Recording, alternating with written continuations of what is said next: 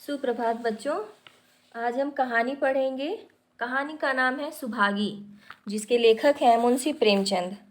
मुंशी प्रेमचंद हिंदी साहित्य जगत के उपन्यास सम्राट कहे जाते हैं।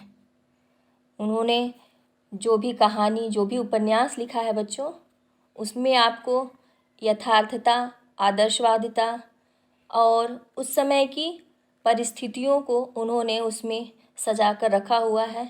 ऐसा लगता है कि जब उनकी आप कहानी पढ़ेंगे तो ऐसा लगेगा कि कल्पना के क्षेत्र में आप डूब गए हैं और आंखों के सामने वो घटनाएं घटित हो रही हैं।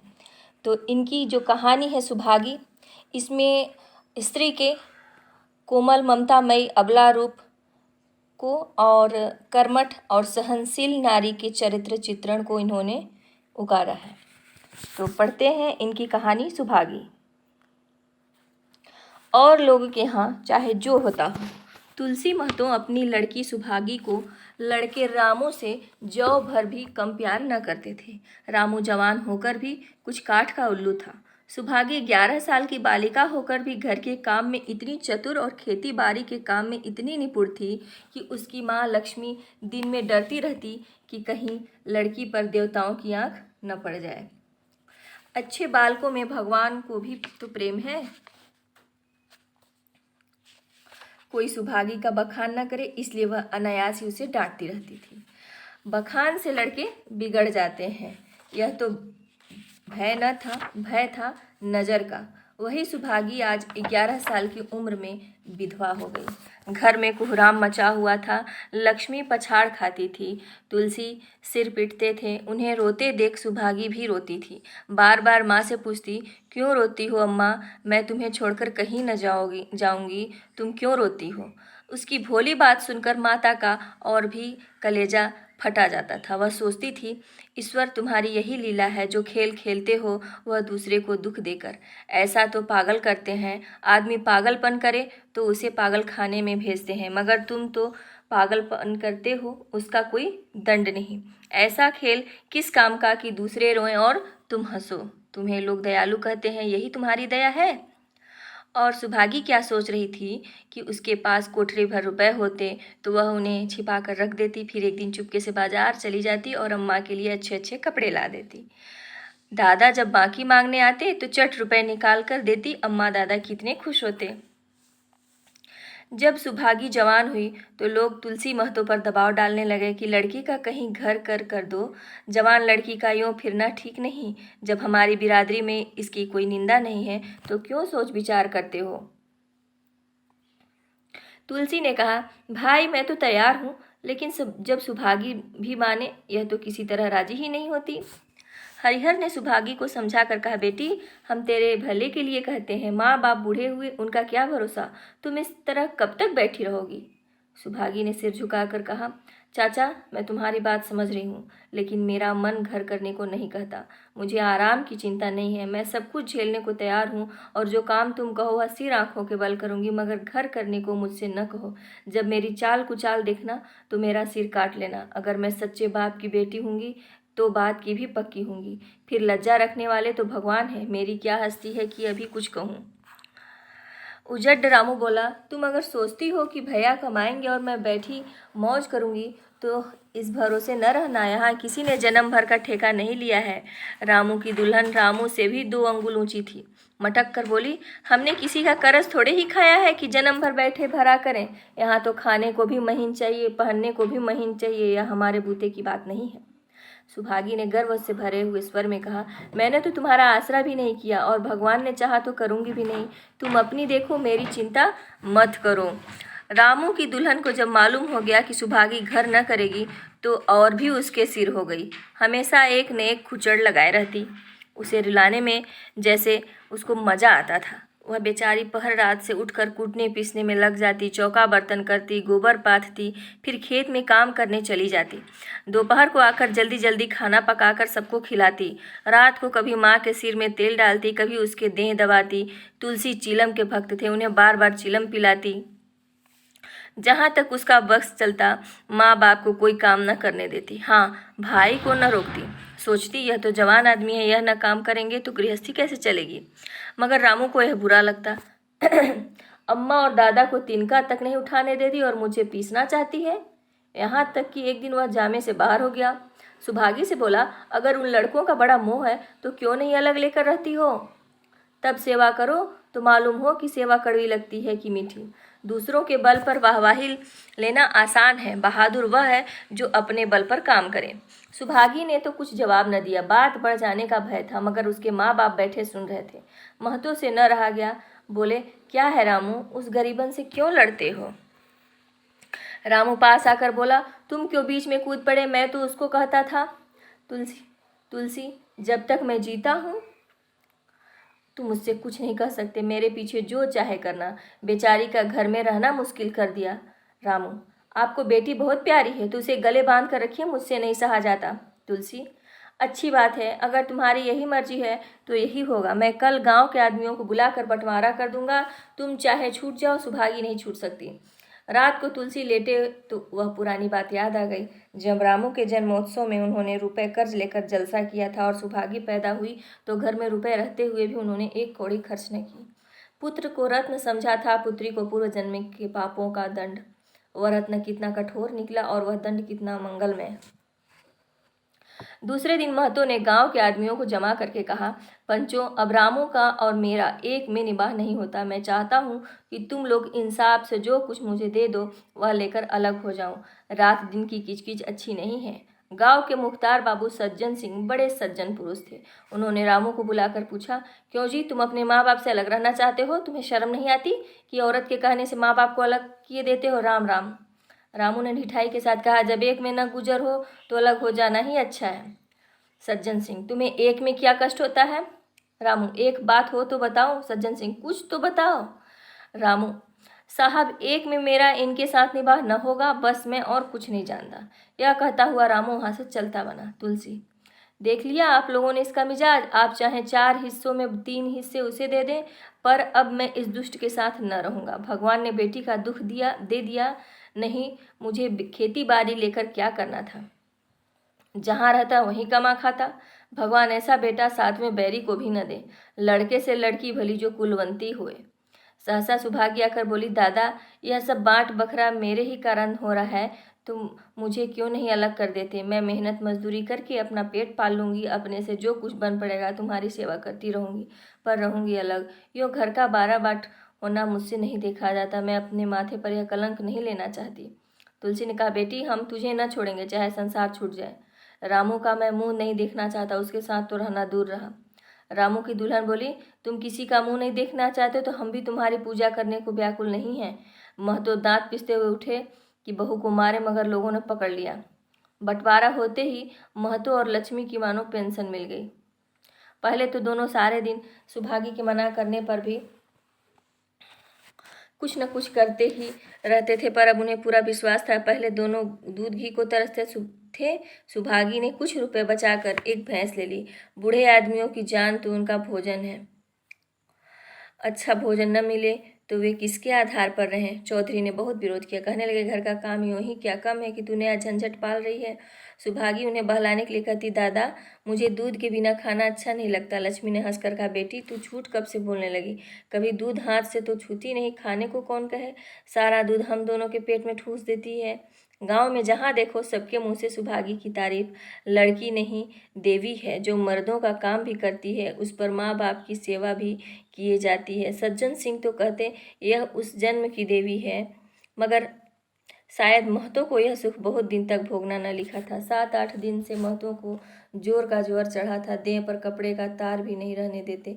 लक्ष्मी पास बैठी रो रही है। सुभागी पानी लिए खड़ी है। अभी एक क्षण पहले महतो ने पानी मांगा था, पर जब वह पानी लेके आई तो उनका जी डूब गया और हाथ पांव ठंडे हो गए। सुभागी उनकी यह दशा देखते ही रामू के घर गई और बोली, भैया चलो देखो, आज दादा न जाने कैसे हुए जाते हैं। 7 दिन से ज्वर नहीं उतरा। रामू ने चरपाई पर लेटे लेटे कहा, तो क्या मैं डॉक्टर हकीम हूँ कि देखने चलूँ? जब तक अच्छे थे तब तक तो तुम उनके गले की हार बनी हुई थी, अब जब मरने लगे तो मुझे बुलाने आई हो। उसी वक्त उसकी दुल्हन अंदर से निकल कर आई और सुभागी से पूछा कि दादा को क्या हुआ है दीदी? सुभागी ने पहले रामू सुभागी के पहले रामू बोल उठा, हुआ क्या है, अभी कोई मरे थोड़े ही जाते हैं। सुभागी ने फिर उससे कुछ न कहा, सीधे सज्जन सिंह के पास गई। उसके जाने के बाद रामू हंसकर स्त्री से बोला, तिरिया चरित इसी को कहते हैं। इसमें तिरिया चरित की कौन सी बात है, चले क्यों नहीं जाते। रामू, मैं नहीं जाने का, जैसे लेकर अलग हुए थे वैसे उसे लेकर रहें, मर भी जाएं तो न जाऊं। स्त्री हंसकर, मर जाएंगे तो आग देने तो जाओगे, तब कहाँ भागोगे। रामू, कभी नहीं, सब कुछ उनकी प्यारी सुभागी कर लेगी। स्त्री, तुम्हारे रहते वह क्यों करने लगी। रामू, जैसे मेरे रहते उसे लेकर अलग हुए, और कैसे। स्त्री, नहीं जी, यह अच्छी बात नहीं, चलो देख आएं, कुछ भी हो बाप ही तो हैं, फिर गांव में कौन मुंह दिखाओगे। रामू, चुप रहो, मुझे उपदेश मत दो। उधर बाबू साहब ने ज्यों ही महतो की हालत सुनी, तुरंत सुभागी के साथ चलते आए। यहाँ पहुँचे तो महतो की दशा और भी खराब हो चुकी थी। नाड़ी देखी तो बहुत धीमी थी, समझ गया कि जिंदगी के दिन पूरे हो गए, मौत का आतंक छाया हुआ था। सजल नेत्र होकर बोले, महतो भाई कैसा जी है। महतो जैसे नींद से जाकर बोले, बहुत अच्छा है भैया, अब तो चलने की बेला है। सुभागी के पिता अब तुम ही हो, उसे तुम्ही को सौंपे जाता हूँ। सज्जन सिंह ने रोते हुए कहा, भैया महतो घबराओ मत, भगवान ने चाहा तो तुम अच्छे हो जाओगे। सुभागी को तो मैंने हमेशा अपनी बेटी समझा है और जब तक जीऊँगा ऐसा ही समझता रहूँगा। तुम निश्चिंत रहो, मेरे रहते सुभागी या लक्ष्मी को कोई तिरछी आँख न देखेगा, और कुछ इच्छा हो तो वह भी कह दो। महतो ने विनीत नेत्रों से देखकर कहा, और कुछ नहीं कहूँगा भैया, भगवान तुम्हें सदा सुखी रखे। सज्जन सिंह, रामू को बुला दूँ, उससे भूल चूक हो क्षमा कर दो। महतो, नहीं भैया, उस पापी हत्यारे का मुंह मैं नहीं देखना चाहता। इसके बाद गोदान की तैयारियां होने लगी। रामू को गांव भर ने समझाया पर वह अंत्येष्टि करने पर राजी न हुआ। कहा, जिस पिता ने मरते समय भी मेरा मुंह देखना स्वीकार न किया, और न वह मेरा पिता है न मैं उसका पुत्र।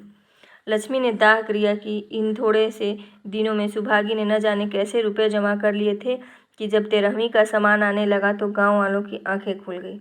बर्तन, कपड़े, घी, शक्कर, सभी सामान इफरात से जमा हो गए। रामू देख देख जलता था और सुभागी उसे जलाने ही के लिए सबको यह सामान दिखाती थी। लक्ष्मी ने कहा, बेटी घर देखकर खर्च करो, अब कोई कमाने वाला नहीं है, आप ही कुआं खोदना और पानी पीना है। सुभागी बोली, बाबूजी का काम तो धूमधाम से होगा अम्मा, चाहे घर रहे या जाए। बाबूजी फिर थोड़े ही आएंगे। मैं भैया को दिखा देना चाहता हूँ कि अबला क्या कर सकती है। वह समझते होंगे कि इन दोनों से कुछ न होगा, इनका यह घमंड तोड़ दूंगी। लक्ष्मी चुप रही। 13वीं के दिन 8 गांव के ब्राह्मणों का भोज हुआ। चारों तरफ वाहवाह मच गई। पिछले पहर का समय था, लोग भोजन करने चले गए। लक्ष्मी थक कर सो गई थी। केवल सुभागी बची हुई चीजें उठा उठा कर रख रही थी कि ठाकुर सज्जन सिंह ने आकर कहा, अब तुम भी आराम करो बेटी, सवेरे यह सब काम कर लेना। सुभागी ने कहा, अभी नहीं थकी हूँ दादा। आपने जोड़ लिया कुल कितने रुपए उठे। सज्जन सिंह, वह पूछ कर क्या करोगी बेटी। कुछ नहीं, यूं ही पूछती थी। कोई 300 रुपये उठे होंगे। सुभागी ने सकुचाते हुए कहा, मैं इन रुपयों की देनदार हूँ, तुमसे तो मैं मांगता नहीं। महतो मेरे मित्र और भाई थे, उनके साथ कुछ मेरा भी तो धर्म है। आपकी यही दया क्या कम है कि आपने मेरे ऊपर विश्वास किया। मुझे कौन 300 रुपये दे देता। सज्जन सिंह सोचने लगे, इस अबला की धर्म बुद्धि का कहीं पारावार भी है या नहीं।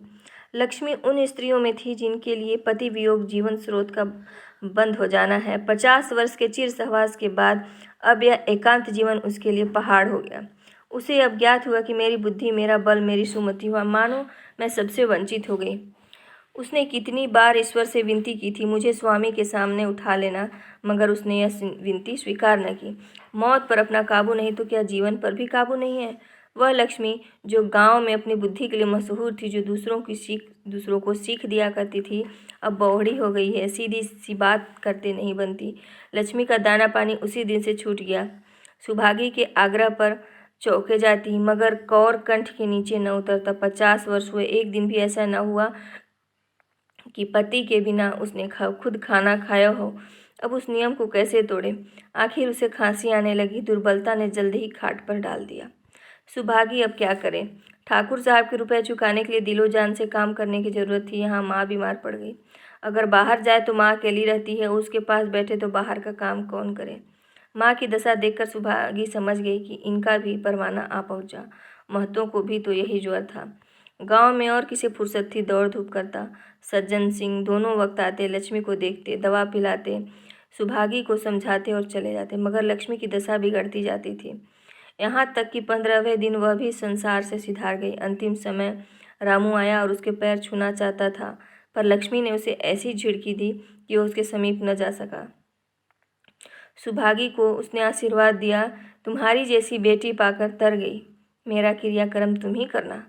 मेरी भगवान से यही अर्जी है कि उस जन्म में भी तुम मेरी कोख पवित्र करो। माता के देहांत के बाद सुभागी के जीवन का केवल एक ही लक्ष्य रह गया था, सज्जन सिंह के रुपए चुकाना। 300 रुपये पिता के क्रियाक्रम में लगे थे, लगभग 200 रुपये माता के काम में लगे। 500 रुपये का ऋण था उसकी जान, मगर वह हिम्मत न हारती थी। 3 साल तक सुभागी ने रात को रात और दिन को दिन न समझा। उसकी कार्य शक्ति और पौरुष देखकर लोग दांतों तले उंगली दबाते थे। दिन भर खेती बाड़ी का काम करने के बाद वह रात को 4-4 पसेरी आटा पीस डालती। 30वें दिन 15 रुपये लेकर सज्जन सिंह के पास पहुंच जाती। इनमें कभी नागा न पड़ता, यह मानव प्रकृति का अटल नियम था। अब चारों ओर से उसकी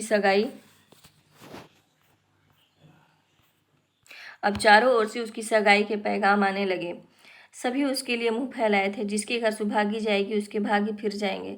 सुभागी यही जवाब देती, अभी वह दिन नहीं आया। जिस दिन सुभागी ने आखिरी किस्त चुकाई उस दिन उसकी खुशी का ठिकाना न था। आज उसके जीवन का कठोर व्रत पूरा हो गया। वह चलने लगी तो सज्जन सिंह ने कहा, बेटी तुमसे एक मेरी प्रार्थना है, कहो न कहूँ, मगर वचन दो कि मानोगी।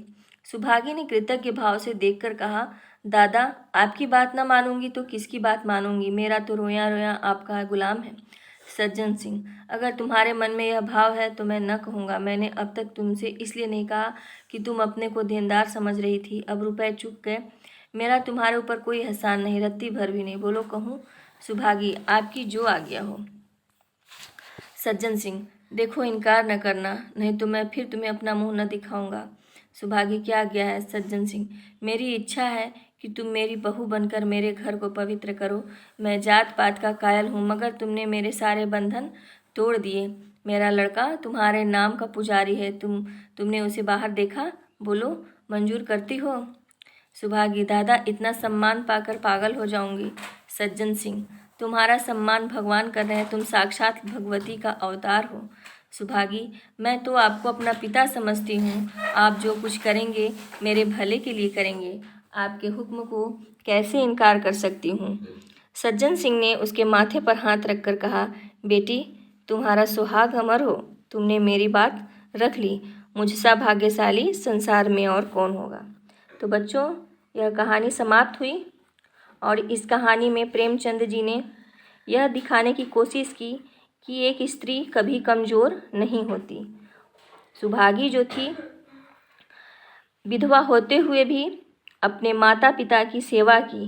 कहीं से भी उसने यह महसूस नहीं होने दिया कि वह स्त्री है, वह काम नहीं कर सकती, है ना। तो वह मेहनत भी करती और अपने माता पिता का सेवा भी करती। अंत समय तक उसने एक बेटे के कार्य का निर्वहन किया, है ना। तो बच्चों, इसी तरह आप सब भी अपने जीवन में कमज़ोर मत बनिए, है ना। अपने माता पिता के लिए अपने माता पिता का सम्मान कीजिए और उनका आशीर्वाद लीजिए। ठीक है, धन्यवाद।